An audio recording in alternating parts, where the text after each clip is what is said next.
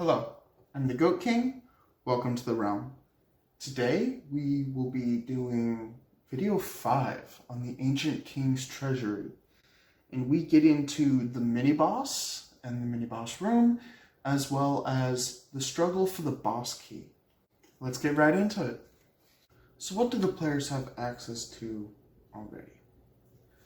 They should have the motor stone from the spell puzzle we did in the last video. They should have a coin remaining from the combat encounter that they did. Which means now, once they put the motor stone in the mechanism room, they should be able to angle the staircase to one of 3 doors. There's a barred door. There is the boss door, which is built of clockwork and is missing a gear.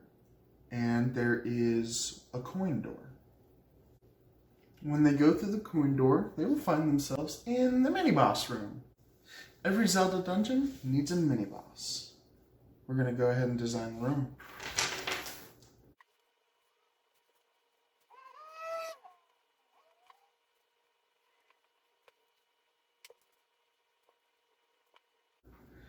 Here we have the room design. So, much smaller room than we've used before because the mini-boss is actually 2 much smaller creatures than we've used before. And a lot of the other rooms we've used really big creatures, be it the shambling troop that had a lot of movement, or large hulking zombies, or a skeletal giant.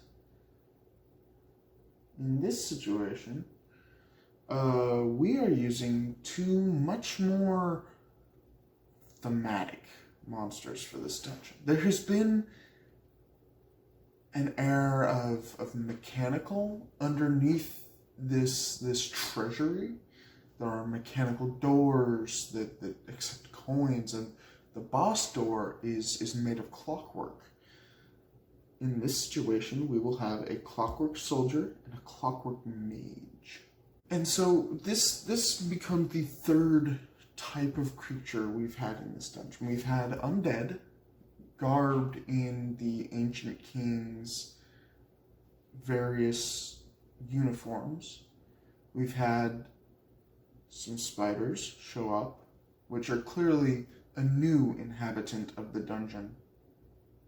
These clockworks are a long-lasting soldier, a long-lasting defense for the dungeon, something built to stand the test of time. After all, you can't leave this to petty humans to guard your treasury forever. So, let's get into these baddies. We're going to start with the Clockwork Soldier. I'll throw a stat block up now. He's a CR6 creature. The Clockwork Soldier, you can find it in Bestiary 3 on page 49 as a plus 16 perception and dark vision with a plus 15 in athletics, which goes up to a plus 17 if they're doing a disarm, grapple, or they're trying to avoid being disarmed. Strength plus 6, Dex plus 2, Con plus 4, Intelligence minus 5, Wiz plus 4, Charisma minus 5. And they have the Wind Up, 24 hours, DC 22, and Standby. So, when fully wound, they can run for 24 hours, and they can also go into Standby mode. When in Standby, his perception is decreased by 2, and it can't take any actions. It has a plus 1 halberd as its weapon. Armor class of 24, fortitude of plus 16, reflex plus 14, and will plus 12. 80 HP, and it is immune to death effects, disease, doomed, drained, fatigue, healing, mental, necromancy, non-lethal attacks, paralyzed, poisoned, sickened, and unconscious. That is 13 immunities. Resistance 5 to physical, except adamantine or orichalcum, and weakness 5 to electricity and weakness 5 to orichalcum. And it has attack of opportunity, which, since that doesn't show up too often on your monsters, your players probably won't realize it at first, unless they do a recall knowledge, and might very well get absolutely whacked once by this thing just walking around. There's a speed of 25 feet, and melee with its halberd is plus 18. Magical, reach 10 feet, and versatile slashing. It does 1d10 plus 9 piercing. Its fist is plus 16, agile and unarmed. Damage 1d8 plus 9 bludgeoning, plus grab. What grab means is that if they've successfully hit you with their fist, they can, and they have more actions in their turn, they can spend another action to impose the grappled condition on you. You're just grappled. It happens. They already beat your armor class. Or if they already have you grappled, they can spend the grab action again to maintain it, because you have to maintain it every round, otherwise it's lost. And they have activate defenses. This is a one-action ability. One of the soldier's external plates extends on a mechanical actuator to defend the soldier or an adjacent creature of the soldier's choice. The creature gains a +2 circumstance bonus to armor class until the start of the soldier's next turn, or until it's no longer adjacent to the soldier, whichever comes first. The soldier can have no more than one plate extended at a time. That's the Clockwork Soldier. Next, his buddy, the Clockwork Mage. The Clockwork Mage is a CR9 creature. You can find him on page 50 of Bestiary 3. Perception plus 17 and Dark Vision. Acrobatics plus 17 is their skill. They have Strength plus 2, Dex plus 6, Con plus 4, Intelligence minus 5, Wisdom plus 2, and Charisma minus 5. Wind up, 24 hours, DC 26, and the standby ability. And they have a Clockwork Wand. We'll get into that one, it's fun. Armor class 27, Fortitude 17, Reflex 19, and Will 17.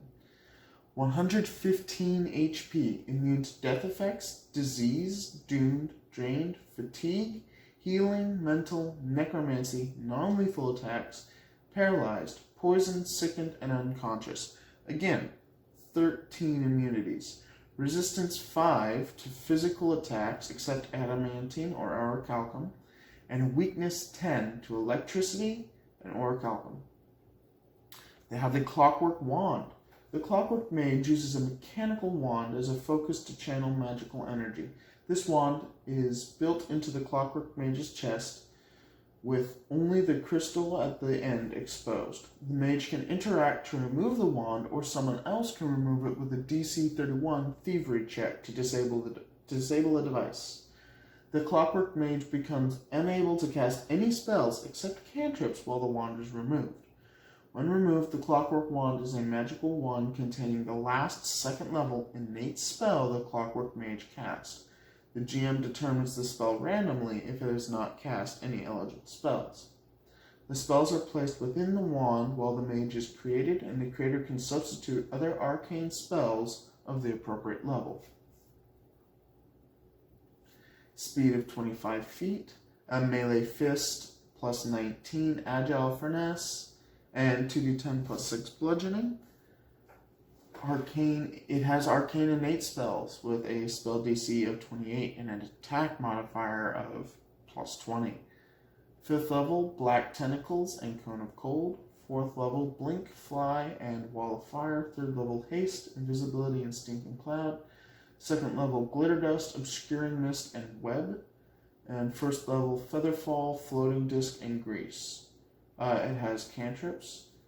Heightened to 5th level, Daze, Detect Magic, Rare Frost, Shield, and Tanglefoot. Energize Clockwork Wand. This is a 1-action ability with the Concentrate trait frequency. Once per 10 minutes, the Clockwork Mage regains a spell it has already cast that day. It must spend 1 hour of its operational time, or 2 hours if the spell is 3rd level or higher. Let's talk about the encounter difficulty. The Clockwork Mage is equal level to the party, so that's 40 XP, and the Clockwork Soldier is 3 levels lower, so that makes them 15 XP, bringing the total XP up to 55, which puts it between trivial and low threat. So, not the biggest encounter, but still stronger than a lot of our previous encounters, which were all trivial, like straight trivial encounters, 40 XP or less. This one is almost a low threat. And lastly, what is the thing you always get from a mini-boss in a Zelda dungeon? It's some kind of tool or artifact or relic that you can use into the future. And what fits that better than using a relic in Pathfinder 2nd Edition? A relic is a magic item that grows and becomes more powerful as the player who wields it does. Its level matches the player who wields it. And it gets what are called gifts. Every relic is custom. It's your GM will make it, and in some cases the player will have some input on it. In this case, I'm making a pretty bare bones fire gauntlet. It's a gauntlet that has fire-based gifts. It has 2 minor gifts and a major gift. It has Flare Bolt, which is a 2-action command activity with the interact trait. A bolt of flames scores out from the relic. Make a spell attack roll with your relic against a target within 30 feet. The bolt deals 1d6 fire damage for every 2 levels the relic has. Minimum 1d6. On a critical success, it does double damage as well as persistent fire damage equal to the level of the relic. So at level 9, this is easily 46 fire damage. That's kind of essentially a fire cantrip you now have access to. You also get the next minor gift is Incandescent Sight.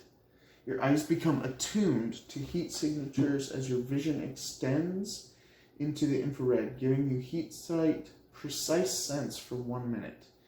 Your heat sight can see temperature gradients out to a range of 30 feet, allowing you to detect living creatures and warm objects, even in the dark. Warm objects block your heat sight, even if they're transparent, such as hot water. And this is 2-action activity, and you can do it once per day. And the final ability, this is the major gift that I'm giving this item, is Searing Wave. 2-action, command interact, effect you allow a portion of the fire magic housed in your relic to escape in a direction of your choice. You deal 1d10 fire damage for every 2 levels of the relic to all creatures in a 30-foot cone. Basic reflex save. You cannot use Searing Wave again for 1d4 rounds. This is kind of like having Dragon Breath. It recharges on a 1d4 round basis, and it does a bunch of damage, and it's a cone. It's great. Now I'm gonna say you can put in any tool, magic item that you feel is more appropriate in this position. It is your campaign setting. These items are supposed to be useful out past the dungeon. I went with a weapon because it's an easy choice. But if you have something in mind that's more appropriate, feel free to throw that in. If you don't want to use a relic, say if this is the only player you've given a relic to, at level 9, maybe that feels eh. If you like to give out relics and you kind of want everybody in the party to have one, this is a good chance to throw one in. Otherwise, you can substitute any magic item, any special item you feel is more suited for this dungeon. And finally, before we leave the room, I want to talk about these 2 points of interest. In the middle, there is a post with 2 turning cogs sticking out, which you can tell is what the Clockwork Mage and Soldier use to rewind themselves. This is running on a source of magic or energy deep beneath the Treasury. Maybe this is a good time to put in geothermal energy, or maybe you put this dungeon near a mountain that could turn into a volcano. Always fun to throw in world-changing disasters into long-term games. And back here, there's a sort of clockwork control panel. There's several levers. And this is actually where they'll be able to get the relic. It'll come out of this. When they toy with it a little. This also opens up the gate on the barred door in the main room. And don't forget, before leaving this room, you can take both the wand and the +1 halberd. Even if they're not appropriate for your characters, they don't really want them, they're still valuable items that can be sold. We're going to go into the next room that the players opened up with the control panel in the mini-boss room. They'll need to move the staircase to get here, but the bars should be lifted and the door should be clear to enter. Let's go ahead and design the room.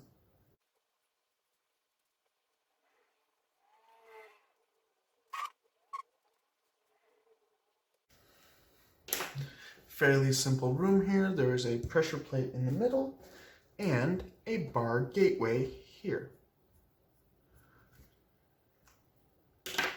There are bones scattered about the room, as well as a clockwork gear can be seen past the bars, sitting atop a small altar.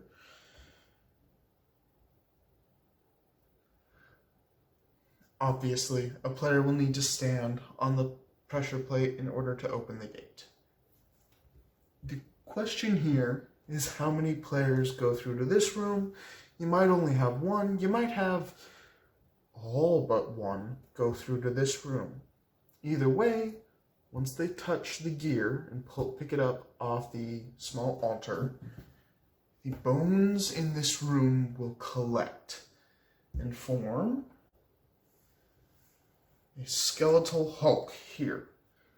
Not from a giant, but from multiple different skeletons. This is a mess of anatomy. As the skeletal hulk is a CR7 creature, this will be a trivial encounter. And I'm going to go ahead and throw its stat block up now. You can find it in the first bestiary book on page 299. +16 perception, dark vision, athletics +20, intimidation +15, strength +7, dex +2, con +4, intelligence -5, wisdom +2, and charisma +2. Armor class of 25, fortitude 15, reflex 15, and will 13, with 105 hit points. It is immune to death effects, disease, mental, paralyzed, poison, and unconscious, with resistance 5 to cold, electricity, fire, piercing, and slashing damage. Speed of 30 feet. It has a claw melee +18, agile reach 10 feet, 2d6 +11 slashing damage. Broad swipe. The Hulk makes 2 strikes with its claw against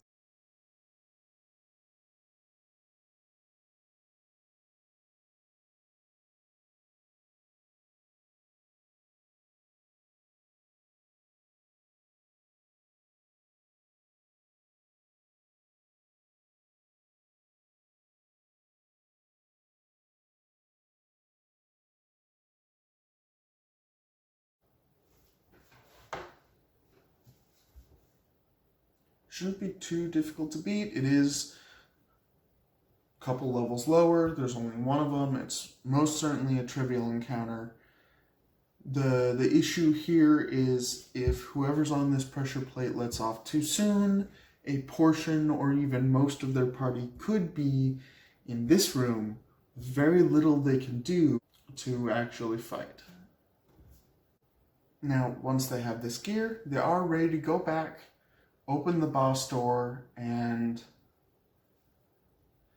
get to the final fight of the dungeon. So, that'll be today's video. We have done the mini-boss room as well as the rooms for the boss key. In the next video, we get to go into the actual boss room and do the final fight of the dungeon. So the next video will be the last one in this series, and I can't wait to get into it. See you in a week.